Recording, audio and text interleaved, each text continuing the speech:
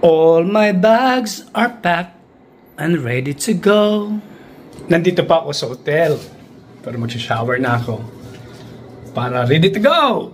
Masarap lang magbakasyon. Pero pag uwian na, yun ang mapait.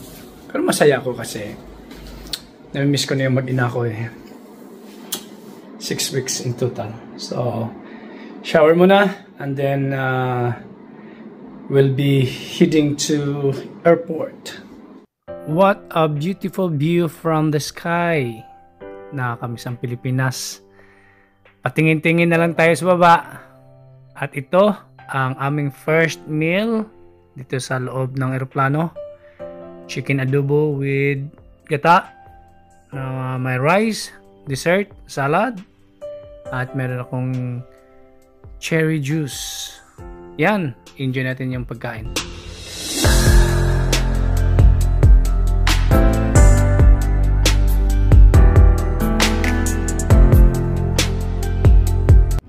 From Manila to Istanbul is 12 hours flight. Naka 10 hours na kami. 2 hours na lang. Paparating na kami sa Istanbul. Nakapagod yung long haul flight. Hihintay mo lang na mag-serve ng pagkain. Kasi sa 12 hours flight, may dalawang kainan. Yung take off, then before landing, nagsiserve yun sila ng pagkain. So yeah, matayo-tayo rito kasi nakapagod. Nasa loob ako ng toilet. Yes. Chapit boy.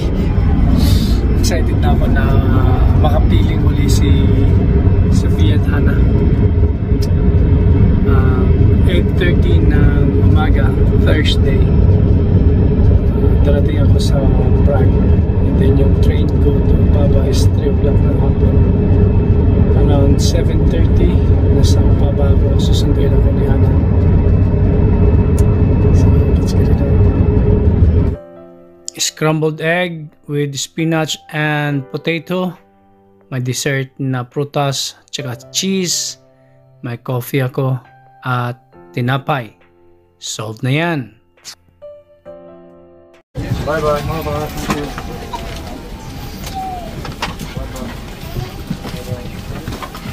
Oh, welcome to Istanbul, Turkey. Another flight to Prague.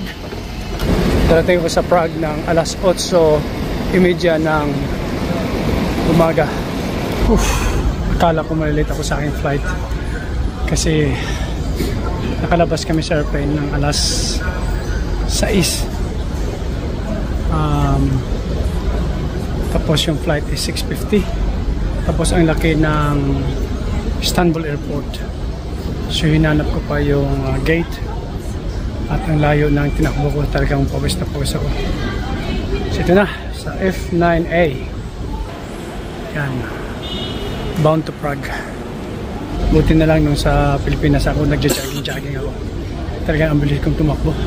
May kasama akong Pinoy. Prague din ang destination niya. Mga OFW sa Czech Republic. So, hingal siya. Andun na siya. Nauna yung set number niya na mag-boarding. Welcome to Prague, Czech Republic. Back to reality si Chapit Boy. Nandito na. Time check, it's 8:30 in the morning. Alas 3 pa ng hapon yung aking train. Kaya may isa akong problema. Sana nailipat nila yung luggage sa itong airplane na sinakyan ko. Kasi 15 minutes lang yung difference. Pag landing kanina sa Istanbul, 50 minutes. Grabe yung takbo ko papunta ng gate. I don't think they were able to transfer the luggage. So sana na transfer niya yung luggage. Sana nasa carousel yung luggage ko pag punta ko mamaya sa carousel. Okay. May Pinoy ako na kasama kanina sa pagtakbo papunta dun sa gate. Sinasalong pa sa ata ng aeroplano. Samahan natin si Kabayan. Pero mas mataga sa akin dito si Kabayan sa Czech Republic. Nako, wala nang luggage doon, oh. Wala nang paparating na luggage. Hindi nga nakahabol yung luggage ko. Paano na to? Punta siguro ako doon sa Turkish Airline desk para i-report na hindi na i-transfer yung aking luggage from Manila to Istanbul. So, wala talaga, oh. Yun.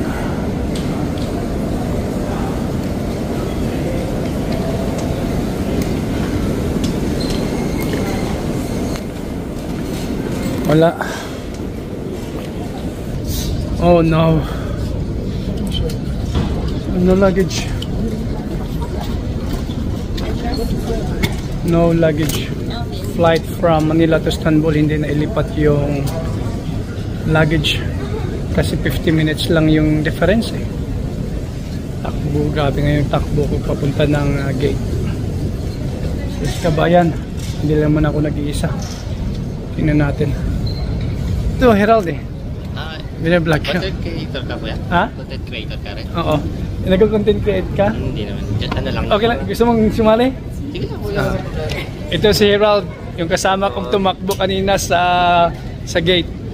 Mukhang Yes. mukhang yung aming luggage talaga ay naiwan. Actually, ano kami, pagkadating namin, like 5 minutes, almost 10 minutes, pa boarding na papuntang Prague. So, at least nakita ko siya. Ayun, takbo kami papuntang boarding almost like 1 kilometer, mga ganun kalayo. Oo, malayo, no? Laki ng Malayo. Istanbul, eh. Ang laki ng airport ng Kaya Istanbul. sabi namin, buti lang nakita ko siya. Thank you. Thank you. Thank you, Herald. Pag may mga Pinoy kang nakakasama, nagpapalakas ng loob mo, eh. Yeah, that's right. Kabayan, matagal ka doon, ha? Utal, lipat-lipat ako, tapos mamaya-maya, bumilis na naman, lumipat na naman ako. Kabayan, okay lang sa'yo? Nag-vlog ako, eh. Wala problema sir. Oh, yan. Si Kabayan, kasama namin mula Manila to. Dito na kami nagpangtagpo sa Tagal ng bagahe Prague. natin Yan. So, mukhang hindi naabutan yung luggage natin. Kung naiwan yung luggage natin. Paano yan? Hintayin natin dito. Report tayo sa Turkish Airline desk. Wala na talaga, oh. Yan. Posible naman. Yeah, man. Okay. Shout out kay Herald, yung kasama kong Pinoy. Kanina, so andun pa siya sa airport dahil pipick upin niya yung kanyang luggage. Hinihintay niya yung kanyang luggage darating ng alas 3 ng hapon. Ako hindi ko na hinintay. Gawa ng ang train ko papuntang Opava is 3 o'clock ng hapon. So yung luggage ko ay i-deliver sa bahay bukas. Nasa main train station na ako dito sa Prague. Mabilis yung bus kasi express bus yung sinakyan ko. Kakain muna ako kasi mahaba pa ang aking biyahe. 4 hours train pa papunta ng Opava. Siguradong hindi magutuman. Kailangan ng kumain. Dito Vietnamese street food. Subukan natin to. Parang bago to rito sa may main train station dito sa Prague. So lunchtime, eksakto 12 noon. Kaya ito yung aking pang lunch, pobo. Tsaka ito, fresh lumpia, parang lumpia. Sarap. Okay.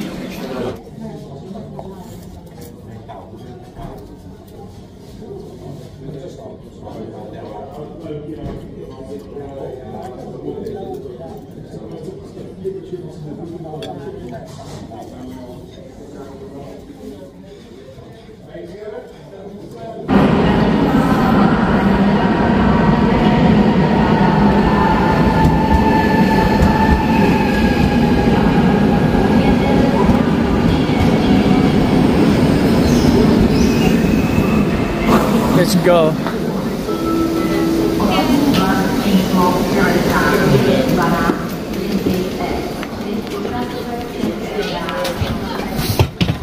Thank you.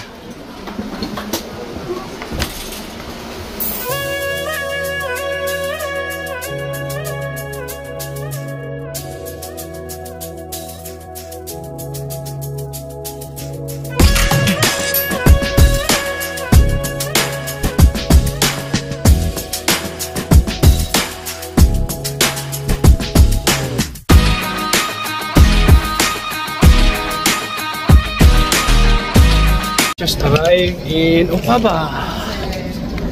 Ang aking sundo.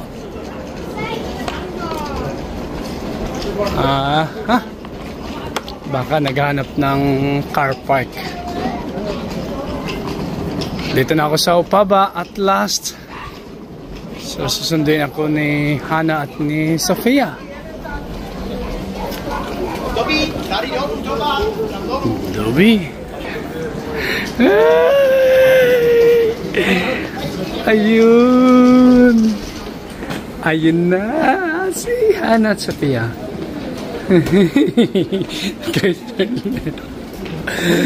Long time no see.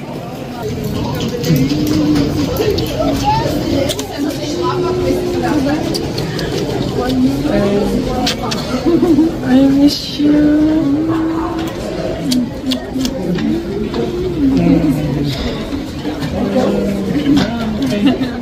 Were we supposed to talk like yesterday? Yeah. So?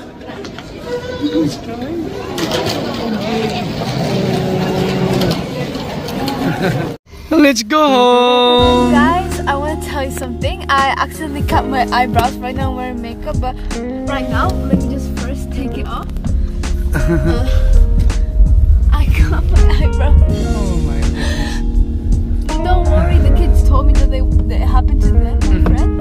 She said that she cut hers here, and it just took maybe 2 weeks. Then, How are you? yeah. Is everything okay? Yeah, I'm happy. I'm home. Yeah. So it's very hot. It's hot. Yes. Yeah, it's a lot of. I will tell you the story of Balamori. Now you are cooling down. Okay, I just ask you, when is your banana going to be like? If God permits it, maybe by January will be